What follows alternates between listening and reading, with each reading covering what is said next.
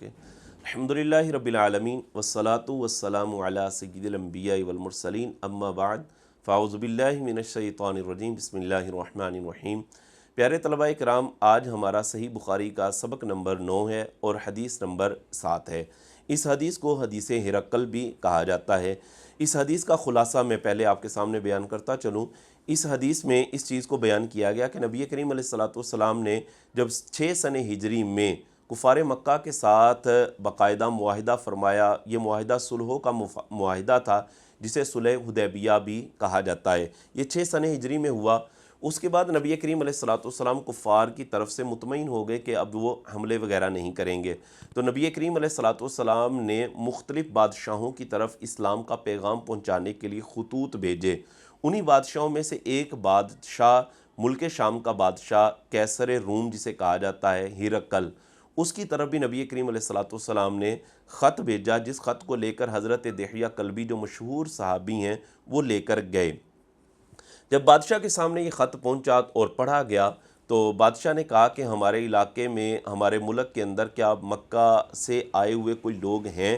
تو بتایا گیا کہ ہاں، کہ مکہ سے کچھ لوگ آئے ہوئے ہیں جو تجارت کی غرض سے ہمارے ملک میں ہیں۔ تو بادشاہ کہنے لگا کہ ان کو میرے سامنے لایا جائے۔ اس قافلے کی قیادت ابو سفیان کر رہے تھے جو ابھی مسلمان نہیں ہوئے تھے، اور ان کی قیادت میں تقریباً یہ 30 افراد پر مشتمل قافلہ تھا جو ملک شام میں آیا ہوا تھا، جن میں مغیرہ بن شعبہ بھی موجود تھے۔ بادشاہ نے ان سب کو اپنے دربار میں بلایا، پھر ابو سفیان سے بادشاہ نے 11 سوال کیے، اور 11 سوالوں کے ابو سفیان نے صحیح جواب دے دیے۔ جب جواب مل گئے نا تو بادشاہ روم جو ملک شام کا بادشاہ تھا ہرقل، وہ کہنے لگا، کہتا ہے کہ یہ جو باتیں بیان کی گئی ہیں، اگر یہ باتیں سچی ہیں، واقعی ٹھیک ہیں، تو یہ واقعی نبی آخر الزماں ہیں اور ان کا دین غالب ہو کر رہے گا۔ اور یہ ہرقل بادشاہ کہنے لگا، کہتا ہے کہ اگر میں ان کے پاس موجود ہوتا تو میں اپنے ہاتھوں سے ان کے قدموں کو دھوتا۔ اب اس طرح کی بادشاہ نے جب باتیں کی تو بادشاہ کے دربار میں جو لوگ موجود تھے وہ ایک دم آپس کے اندر شور کرنے لگے، باتیں ہونے لگی، کچھ لوگ اٹھ کر جانے لگے۔ تو بادشاہ کہنے لگا، کہتا ہے بیٹھ جاؤ بیٹھ جاؤ، میں تو صرف تمہیں آزما رہا تھا، یہ بات نہیں ہے کہ میں ان کے دین کو اپنانے لگا ہوں۔ تو بہرحال ہرقل بادشاہ اسلام نہ لے کر آیا۔ تو اس حدیث کے اندر یہ پورا واقعہ بیان کیا گیا، یہ کافی طویل حدیث ہے۔ اچھا، اس حدیث کی باب کے ساتھ جو ہے وہ ترجمۃ الباب کے ساتھ جو مناسبت ہے وہ کیا ہے؟ اس بارے میں محدثین کہتے ہیں کہ چونکہ اس حدیث کے اندر نبی کریم علیہ الصلوۃ کا ذکر موجود ہے، اور چونکہ جو باب ہے نا، ترجمۃ الباب، عنوان جو باندھا گیا ہے، وہ عنوان تھا کہ کیف کان بدء الوحی الی رسول اللہ صلی اللہ علیہ وسلم، حضور علیہ الصلوۃ پر وحی کی ابتدا کیسے ہوئی۔ تو باب یہ ہے، تو چونکہ اس حدیث کے اندر صاحب الوحی کا ذکر ہے، بس اس طرح اس میں یہ مناسبت بیان کی گئی۔ اور ایک مناسبت محدثین نے یہ بھی بیان کی گئی کہ یہ جو ہرقل نے باتیں بیان کی تھی اور یہ حضور علیہ الصلوۃ کے حوالے سے سوالات کیے تھے، چونکہ یہ سارے سوالات نبی کریم علیہ الصلوۃ کے ابتدائی حالات سے متعلقہ تھے، اور وحی کا آنا بھی ایک ابتدائی حالات سے تعلق رکھتا ہے، تو اس اعتبار سے اس حدیث کی ترجمۃ الباب کے ساتھ مناسبت ہے۔ آئیے حدیث کا متن پڑھتے ہیں، عبارت پڑھتے ہیں۔ فرمایا حدثنا ابو الیمان الحکم بن نافع، امام بخاری کہتے ہیں کہ ہمیں حدیث بیان کی ابو الیمان حکم بن نافع نے۔ یہ حکم بن نافع جو ہیں، حکم بن نافع یہ 221 یا 222 سن ہجری کے اندر ان کا وصال ہوا ہے، اور یہ کہتے ہیں کہ قال اخبرنا، ہمیں حدیث بیان کی شعیب، حضرت شعیب نے۔ تو یہ کہتے ہیں کہ ہمیں حدیث بیان کی حضرت حکم بن نافع، کہتے ہیں ہمیں حدیث بیان کی حضرت شعیب نے، اور وہ حضرت زہری سے روایت کرتے ہیں، امام زہری۔ عبید اللہ بن عبد اللہ بن عتبہ بن مسعود، وہ کہتے ہیں مجھے خبر دی عبید اللہ بن عبداللہ بن عتبہ بن مسعود نے کہ ان عبد اللہ بن عباس، کہ بے شک عبداللہ بن عباس، اخبرہ، عبداللہ بن عباس نے ان کو خبر دی تھی کہ ان ابا سفیان بن حرب، کہ بے شک ابو سفیان بن حرب، اخبرہ، ابو سفیان بن حرب نے حضرت عبداللہ بن عباس کو یہ بتایا تھا۔ یہ ابو سفیان جو تھے، ان کا سن وفات، سن وصال 31 یا 34 سن ہجری ہے، اور یہ مکہ جب فتح ہوا تھا تو فتح مکہ کی شب شام کو یہ مسلمان ہوئے تھے۔ اب یہ آگے حدیث بیان کر رہے ہیں، فرماتے ہیں ان ہرقل ارسل الیہ فی رکب من قریش، کہ بے شک ہرقل نے ارسل الیہ ابو سفیان کی طرف بلاوا بھیجا، فی رکب من قریش کہ جو قریش کے ایک قافلے میں تھے، رکب کہتے ہیں قافلے کو، یعنی ہرقل نے ابو سفیان کی طرف بلاوا بھیجا اس وقت کہ جب ابو سفیان قریش کے ایک قافلے میں، تجارتی قافلہ جو تھا اس میں موجود تھے، وَكَانُوا تُجَّارًا بِالشَّامِ، اور یہ ابو سفیان اور ان کے ساتھ جو افراد تھے، کانوا تجارن، یہ تجارت کی غرض سے ملک شام کے اندر موجود تھے، بالمدت اس مدت میں التی کان رسول اللہ صلی اللہ علیہ وسلم ماد فیہا ابا سفیان و کفار قریش، کہ جس مدت میں نبی کریم علیہ السلام نے مصالحت فرمائی تھی ابو سفیان کے ساتھ اور کفار قریش کے ساتھ۔ تو یہ مادہ جو صیغہ ہے یہ باب مفاعلہ سے ماضی کا صیغہ ہے، اس کا معنی ہوتا ہے کہ مصالحت پیش کرنا، یعنی صلح حدیبیہ میں جو مصالحت ہوئی تھی اس بارے میں یہ بات بیان ہوئی کہ نبی کریم علیہ السلام نے جب ابو سفیان اور کفار قریش کے ساتھ مصالحت کی تھی، فَأَتَوْهُ، بہرحال یہ سب لوگ آئے اس ہرقل بادشاہ کے پاس، تو اتو میں ابو سفیان اور ان کے ساتھ جو افراد تھے وہ فاعل ہیں، اور ہو ضمیر یہ ہرقل بادشاہ کی طرف لوٹ رہی ہے، وہم بھی ایلیا، اور یہ ہرقل بادشاہ اور اس کے جو لوگ تھے یہ ایلیا کے اندر موجود تھے، ایلیا سے مراد بیت المقدس ہے،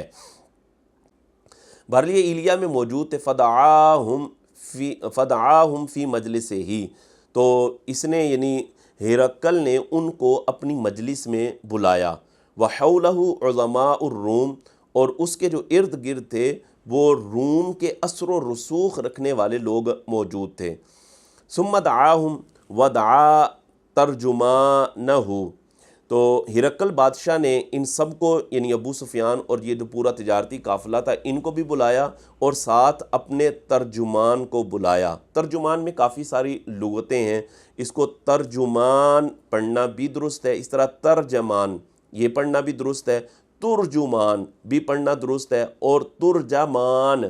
یعنی 4 لغتیں اس میں بیان کی گئی ہیں، بہرحال زیادہ جو معروف ہے وہ ترجمان یا ترجمان، یعنی تا پر بھی فتح اور آگے جیم پر بھی فتحہ پڑھنا یہ زیادہ معروف ہے۔ اور یہ ترجمان کس کو کہا جاتا ہے؟ ترجمان اس شخص کو کہا جاتا ہے جو بہت ساری زبانوں کا ماہر ہوتا ہے اور ایک زبان سے دوسری زبان میں کسی بھی بات کو منتقل کرنے کی مہارت رکھتا ہے،